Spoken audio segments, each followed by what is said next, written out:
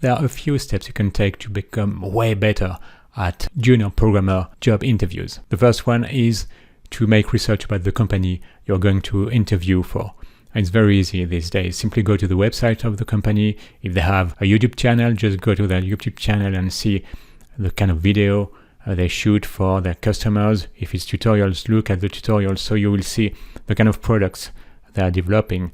And if it's not a tech company, maybe it can be a bank or an insurance, go to the LinkedIn page and see the kind of interaction, the kind of blog post is published by the CEO or by guys working in the company. As you're already on LinkedIn, go to LinkedIn and look for people already working for this company or who left the company after staying there for at least 1 year. So you will see the tech stack they used and the kind of also of product they use. For example, if you see that they use a product like RabbitMQ, for example, they use queues, so their chances are they're like low coupling architecture. So it would be, you look at this kind of clues. The D-Day, the day you go on site or you just plug your webcam for the remote interview, remember that it's normal to be a little scared. You will feel that your heartbeat is a little higher. Just take deep breath. This will allow you to calm down. The most important thing during an interview is to stop thinking of what could go wrong,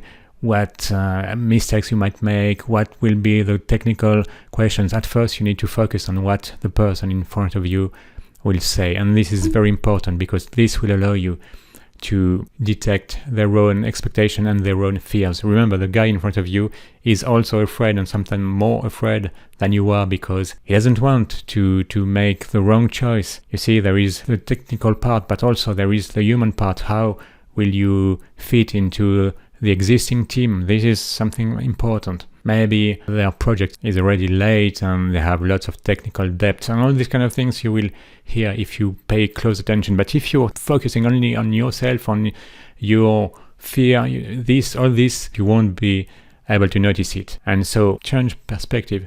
See yourself as a consultant, even if you're junior. If they see that you're receptive to what they say, that you listen carefully, that you then ask good questions, it will be a very good point for you.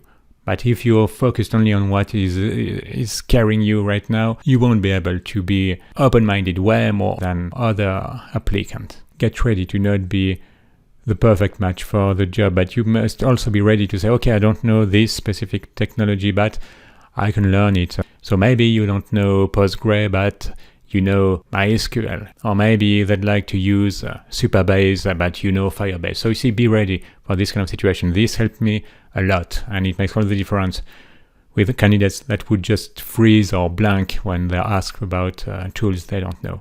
It's very easy to screw up at the end of the interview, so consider that the interview is over only when you're back in your car or in your bus, because it's very easy to let something slip, to say something that is not that great at the end of an interview because you're relieved. You see, it's like being an athlete. You don't stop when you see the finish line. You still run after the finish line and you slow down after. Remember, it's the same for a job interview. Till you're not outside of the building or till you didn't turn your webcam off, the interview is still on. What other tricks do you know about job interviews? What helpful tricks might help other developers? Please leave a comment.